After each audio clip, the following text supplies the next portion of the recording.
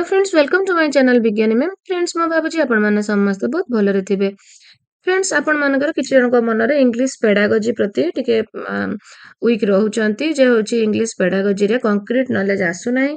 तो फ्रेंड्स, सेति पई म आपण मानक पई सब जो गुडी को इंपोर्टेंट पॉइंट रहिछि एंड एग्जाम रे आसीबार पॉसिबिलिटी रहउची एंड प्रीवियस ईयर एग्जाम रे बारंबार आसीछि सेई टाइप रो क्वेश्चन बाछि कि म आपण मान पई नै आसीछि।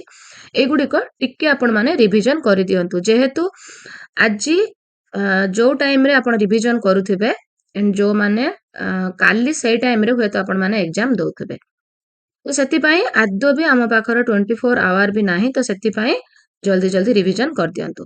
स्टार्ट करबा। Proper eye span is needed for. Proper eye span आपण मानको कहि रखे जो माने इंग्लिश पेडागोजी रे टिके वीक अछंती बोली भाबुचंती आपण माने किछि वर्ड मने रखंतु। आइस्पान, स्किमिंग, स्कैनिंग एगुड़िक सब आपणकर रीडिंग रे जीवो। एई वर्ड गुडा थिबो माने आपण किछि न भाबी कि आपण माने रीडिंग बोली करिवे एंड आपणकर समराइजिंग, नोट मेकिंग एगुड़िक थिबो माने आपण संगे संग राइटिंग करिवे। किछि भाबी बार नाही, किछि टेंशन न बार नाही एंड आपणकर आगको जो क्वेश्चन गुडी को आनीची देखिबे सबु गुडी को गोटे गोटे बुझेबी आपनको। देखंतु प्रॉपर आइस्पान कथा जो कहूची आपण गोटे ग्लांस रे आपण जेत्ती गोटे आखि पता पकेबे जेत्ती आपण वर्ड आखि रे कैप्चर करले सेटा होची आपनकर आइस्पान। जहार आइस्पान ता जेत्ते भलो से सेते भलो रीडिंग करि पारे। तो proper eye span is needed for speaking, reading, writing किछि भाबी पार नाही रीडिंग। आउ गोटे सेंटेंस मन रखंतु। Dividing a sentence into sense group. आपणकर स्ट्रेस, चंक, इंटोनेशन एगुड़िक कोठी आवश्यक हुए आपण जेतेबेले स्पीकिंग करूचंती तते कथा कहउचंती एंड आपणकर ए जो स्ट्रेस दबा, चंकिंग करबा कि आपणकर इंटोनेशन कोठु सिखिले आपण लिसनिंग रु यूज करूचंती स्पीकिंग रे एंड आपण सिखुचंती लर्न करूचंती लिसनिंग रु। तो आपणकर इंटोनेशन, स्ट्रेस गोटे वर्ड ऊपर जेतेबेले आपण जोर दउचंती सेटा होची स्ट्रेस। इंटोनेशन कोन स्वरर उत्थान पतन ए सब गोटे गोटे वर्ड को माने रखिबे। इंटोनेशन होची स्वरर उत्थान पतन। तो इंटोनेशन ता आपण यूज करंती केतेबेले जेतेबेले आपण कथा कहउचंती स्पीकिंग रे जेतेबेले आपण सिखुचंती कोठु लर्न करूचंती कोठु जेतेबेले आपण किछि सुनुचंती आपण लिसनिंग द्वारा इंटोनेशन टी लर्न करंती एंड इंटोनेशन को यूज करंती आपण स्पीकिंग रे। Dividing a sentence into sense group मने रखंतु ए सेंटेंस टा को पूरा मुखस्त कर दियंतु। जो माने भाबुचंती जे इंग्लिश पेडागोजी टिके कष्ट होउची पूरा ए सेंटेंस टा को मुखस्त कर दियंतु। Dividing a sentence into sense group is chunking किछि भाबिबार नाही चंकिंग गोटे मार्क आसी जिवो। देन देखिबा स्पेसिंग इज नेसेसरी। स्पेसिंग आपण स्पेस कोठु देबे स्पेस टा कोठु नेसेसरी हबो लिसनिंग, स्पीकिंग, रीडिंग, राइटिंग आपण स्पेस देबे राइटिंग रे लेखुचंती गोटे वर्ड लेखिले देन स्पेस देले देन आ गोटे वर्ड लेखिले spacing. Spacing is necessary writing रे। देन देखिबा good handwriting requires. Good handwriting भलो हस्ताक्षरटा कोन दरकार करे आपणकर यूनिफॉर्म स्ट्रोक, कैपिटलाइजेशन, पंक्चुएशन ए तीनोटी जाक यूनिफॉर्म स्ट्रोक, कैपिटलाइजेशन, पंक्चुएशन सब गुडी को गुड हैंडराइटिंग रे दरकार। All of this language is सब बेले म कहि थाए लैंग्वेज इज ए आपणकर प्रीवियस ईयर रे बारंबार आसीची। लैंग्वेज इज ए गोटे कंटेंट बेस्ड सब्जेक्ट प्रसंग भित्तिक ना थीम बेस्ड विषय भित्तिक ना स्किल बेस्ड दक्षता भित्तिक। Language is a skill based subject दक्षता भित्तिक। Language learning starts with the skill of. Language learning टा स्टार्ट होची को स्किल रु स्टार्ट होची प्रथमे श्रवण रु लिसनिंग रु किंतु आपणकर एठी लिसनिंग अछि कि स्पीकिंग, रीडिंग एंड राइटिंग अछि स्पीकिंग नाही लिसनिंग नाही। आपणकर लर्निंग टा स्टार्ट हैला केटी लिसनिंग रु किंतु आपणकर एठी लिसनिंग नाही none of this. Using correct pronunciation उच्चारण is required in the skill of आपण करेक्ट प्रोनाउंसिएशन टा लर्न कोठु करूचंती शुणिकी लिसनिंग रु उच्चारण आपण जेतेबेले छोट थिले आपणकर बापा माँ पाखरु कि शिक्षकों पाखरु प्रोनाउंसिएशन टा लिसनिंग करिकी आपण नॉलेज गेन कले तो प्रोनाउंसिएशन टा यूज करूचंती कोठी writing speaking both A and B none of this speaking रे शुणिकी प्रोनाउंसिएशन टा आपण नॉलेज गेन कले एंड यूज कले ताकू कथा कहला बेले प्रोनाउंसिएशन टा आपण स्पीकिंग बेले यूज कले which is the receptive skill जो स्किल रे आपण नॉलेज रिसीव करूचंती receive this is receptive skill and आपण जो नॉलेज रिसीव कले ताकू जते बेले आपण को बाहर को आणुचंती ताहा होची प्रोडक्टिव स्किल तो आपण रिसीव करूचंती कोउथरे जते बेले आपण किछि सुनुचंती एंड आपण जते बेले किछि पढुचंती तो दीटा होची रिसीप्टिव स्किल एंड जते बेले आपण किछि कहूचंती एंड आपण किछि लेखुचंती ताहा होची प्रोडक्टिव स्किल तो आपणकर लिसनिंग एंड रीडिंग हे गला receptive skill and speaking and writing हे गला प्रोडक्टिव स्किल आउ तार अन्य ना दीटा अछि आपण जो रिसीव करूचंती आपणकर लिसनिंग एंड रीडिंग ए दीटा को कोन कहा जाय इनपुट स्किल इनपुट आपण नॉलेज इनपुट करूचंती भीतर को एंड आपण जतले किछि कहूचंती एंड लेखुचंती स्पीकिंग एंड राइटिंग दीटा होची आउटपुट स्किल रिसीप्टिव जोटा इनपुट स्किल सेटा प्रोडक्टिव जेटा आउटपुट स्किल सेटा The detailed and careful technique of reading a text is known as detailed text. आपनको जेमिति आपणकर पठन दुई प्रकार व्यापक तात्विक एंड व्यापक intensive and extensive intensive reading हला डिटेल्ड रीडिंग पिला माने डिटेल पढिबे एंड ता भितरु हमर बोध ज्ञान हासिल करिवे डिटेल्ड रीडिंग करिवे सेटा होची आपणकर इंटेंसिव रीडिंग जोटी एन्जॉयमेंट थिबो सेटा होची एक्सटेंसिव रीडिंग तो एठी डिटेल पढुचंती माने इंटेंसिव रीडिंग ओडिया रा तात्विक पठन ड्रिलिंग ऑफ पैटर्न इन्वॉल्व्स मन रखिबे जेहेतु हमर गोटे दिनर कथा आपण खाली वर्ड गुडी मन रखंतु आंसर मन रखंतु हे जिवो drilling of patterns involves repetition drilling of patterns one who can learn through oral discussion जणे जते बेले लर्न करूची ओरल डिस्कशन द्वारा ताकू विजुअल लर्नर को आजिबो ना auditory learner tactile learner none of the above ताकू ऑडिटरी लर्नर को आजिबो ओरल डिस्कशन जेहेतु करूची ओरल रु auditory a hyperactive child is termed as hyperactive मन रखंतु hyperactive child tactile learner skimming is a subskill of scanning subskill of reading summarizing note making and reporting are associated with desk skill ebe कहतली writing skill reading non detail detail text हेले जदि आपण detail reading कले सेटा हला intensive and non detail माने आपण पढ़ी की एन्जॉय करंती आनंद पांती एक्सटेंसिव व्यापक पठन द यूज ऑफ पंक्चुएशन टा आपण कोठी यूज करंती इज ए सब स्किल ऑफ पंक्चुएशन विराम चिन्ह आपण कोठी यूज करंती राइटिंग रे जते बेले आपण लेखुचंती तेनु राइटिंग रो सब स्किल होची पंक्चुएशन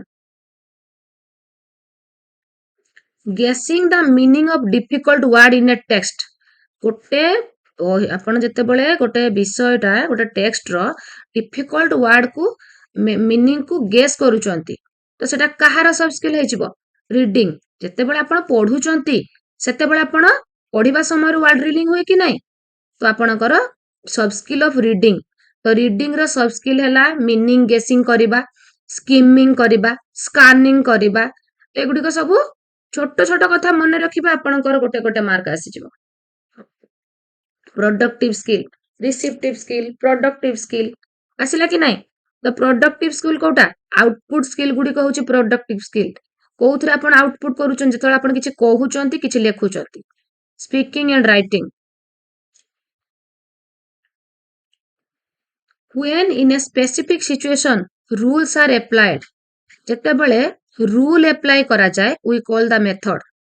ଆପଣଙ୍କର ଇଣ୍ଡକ୍ଟିଭ ଆଣ୍ଡ ଡିଡକ୍ଟିଭ, ଯେତେବେଳେ ଆପଣ ଏକ୍ସାମ୍ପଲରୁ ରୁଲକୁ ଯାଉଛନ୍ତି, ତାକୁ କୁହାଯାଉଛି ଇଣ୍ଡକ୍ଟିଭ method.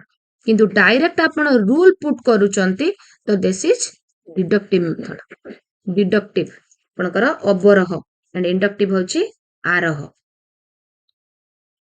When a part of the word is spoken emphatically, it is called pause, intonation, stress, pronunciation. এটা হচ্ছে ଆପଣଙ୍କର stress. Stress, it is called stress. ଆପଣ ଗୋଟେ word କୁ stress ଦେଇକି ଆପଣ ପଢୁଛନ୍ତି। Reading is an input.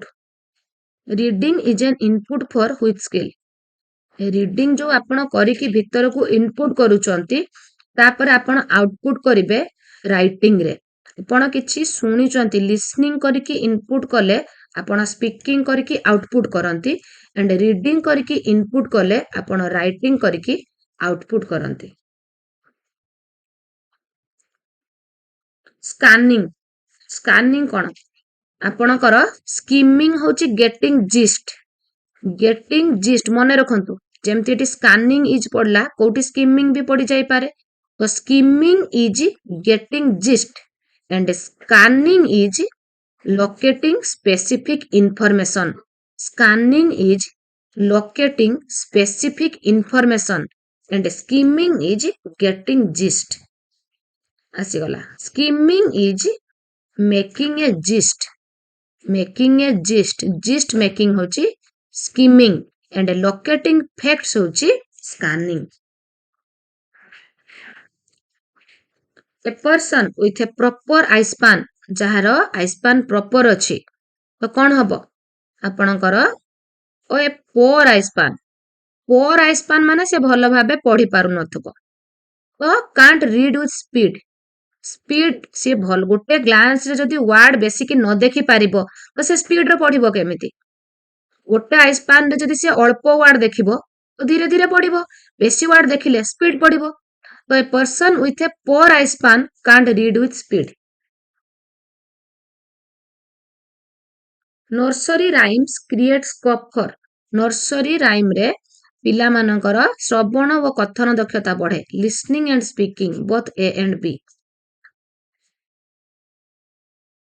Which are the phonic skill? ଆମର phonic skill ଦୁଇଟି and graphic skill ଦୁଇଟି।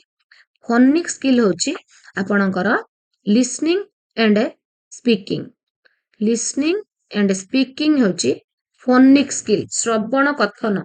and graphic skill ହଉଛି ଆପଣଙ୍କର reading and writing. reading and writing. The right of children to free and compulsory education was made in the year. made ହେଇଥିଲା 2009ରେ, କିନ୍ତୁ ଆପଣଙ୍କର came into force 1st April 2010. When a part of the word is spoken with extra force. extra force ଯୋଉଠି ଲାଗେ ସେଟା ହଉଛି ଆପଣଙ୍କର stress. extra force ଯାହା ଉପରେ ଦିଅନ୍ତି ଆପଣ ହଉଛି ସେଟା stress ଦିଅନ୍ତି, extra force ଦେଇ କହୁଛନ୍ତି। rhyming words are associated with. rhyming word ଟା କୋଉଥିରେ ଥାଏ? poetryରେ। 1 2 buckle my shoe, 3 4 knock that door. Children sing this rhyme to enjoy and learn. କଣ ଲର୍ନ କରିବେ? ଏନ୍ଜୟ ତ କରିବେ, ଆଣ୍ଡ ଲର୍ନ କଣ କରିବେ? ଏଠି ଆପଣଙ୍କର କଣ ଅଛି? 1 2 ଅଛି, 3 ଅଛି, 4 ଅଛି, ତ ଏଠି ପିଲାମାନେ ନମ୍ବର ଶିଖୁଛନ୍ତି। ନମ୍ବର ଶିଖୁଛନ୍ତି, ଆପଣଙ୍କର ପିଲାଙ୍କୁ ଆପଣ ଏଠି ନମ୍ବର ଶିଖଉଛନ୍ତି। Formative assessments are conducted all through the course, at the beginning of a lesson, at the end of the term, at the end of the session. तो आपणकर फॉर्मेटिव एसेसमेंट टा गोटे कोर्स रो पूरा कंप्लीट कोर्स सारा हेउथाय आपणकर पंचम श्रेणी रे हला कि षष्ठ श्रेणी रे हला से श्रेणी सारा आपणकर फॉर्मेटिव एसेसमेंट 1 2 3 4 एंड आपणकर जे कोनसी गोटे कोर्स करूचंती से कोर्स मध्य रे कंटिन्यू होथाय all through the course formative assessment does not help in formative assessment does not help in कोउथरे आपन को हेल्प करेनी आइडेंटिफाइंग द लर्नर्स वीकनेस पिलांकर दोष दुर्बलता आपन देखि पारिबे आइडेंटिफाई करि पारिबे providing opportunity to the learner to improve their work after getting feedback formative assessment परे आपन ताको फीडबैक देले सेमान तांकर वर्क को इंप्रूव करि पारिबे enabling teacher to modify teaching learning strategy आपण जो वे रे पिला को पढ़ौतुले आपणकर वे को मध्य आपण मॉडिफाई करि पारिबे ए तीनोटी जाक ठीक अछि किंतु enabling learners to secure good mark आनिबा तो एटा होछि आपणकर फॉर्मेटिव असेसमेंट रे डज नॉट हेल्प करे नाही किंतु ए बी सी तीनोटी जाक ठीक अछि डी टी आपणकर आंसर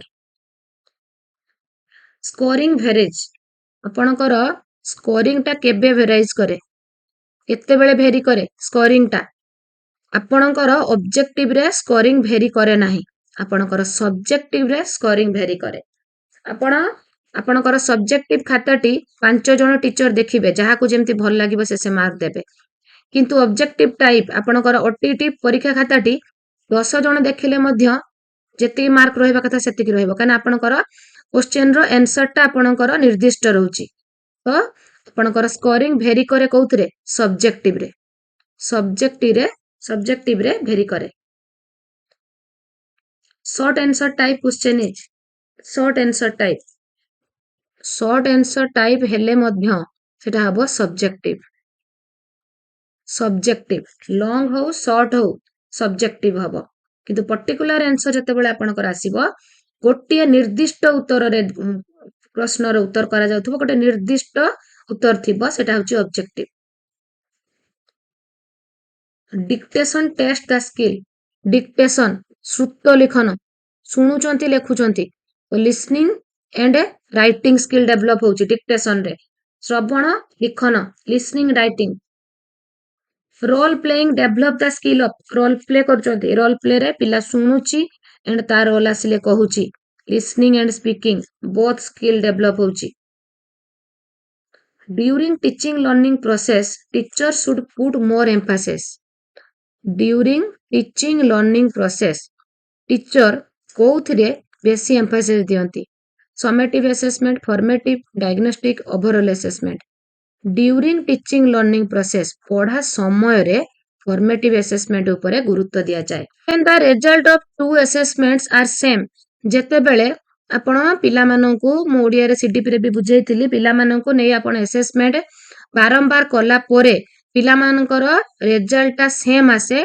तो सेटा होची रिलायबल विश्वसनीयता रिजल्ट जेते बेले दुईटी असेसमेंट रो सेम आसीबो किंबा पाखा पाखी आसीबो सेटा हबो रिलायबल विश्वसनीयता एंड आपण जो टेस्ट करबा को जाईथिबे उद्देश्य जदी फुलफिल हबो ताले सेटा हबो valid a test measures what it should measure आपणकर जहा मेजर करिवार थिबो जदी ताहा मेजर हेई गला तो सेटा हबो वैलिडिटी बा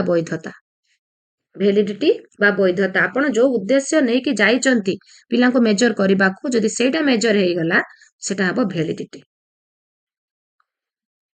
spacing is necessary for space code देबे आपण स्पेस दियंती राइटिंग रे using intonation is necessary intonation टा आपण लर्न करंती कोठी लिसनिंग करिकी किंतु आपण यूज करंती कोठी कथा कहला बेले पढ़िला बेले इंटोनेशन यूज करंती आपणकर स्ट्रेस इंटोनेशन चंकिंग जहाँ भी रहिला एगुड़िक जोठी केवल स्पीकिंग देथिबो स्पीकिंग हबो जोठी केवल रीडिंग देथिबो रीडिंग हबो जोठी स्पीकिंग एंड रीडिंग देथिबो बोथ स्पीकिंग एंड रीडिंग हबो स्ट्रेस इंटोनेशन चंकिंग कथा कहला बेले पढ़िला बेले तो स्वर रो उत्थान पतनटा आपण सिखिले लिसनिंग रु यूज कले स्पीकिंग रे एंड रीडिंग रे both grammar should be taught बहुत थोड़ा से question T grammar should be taught in context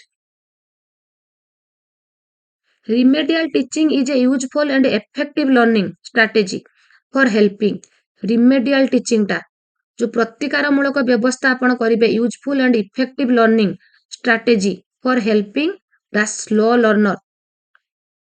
learner को पई एटा इफेक्टिव हुए dyslexia is associated with reading disorder and आपणकर डिस्ग्राफिया हेउची आपणकर राइटिंग डिजॉर्डर एंड डिस्काल्कुलिया हेउची mathematics disorder brainstorming is more useful for writing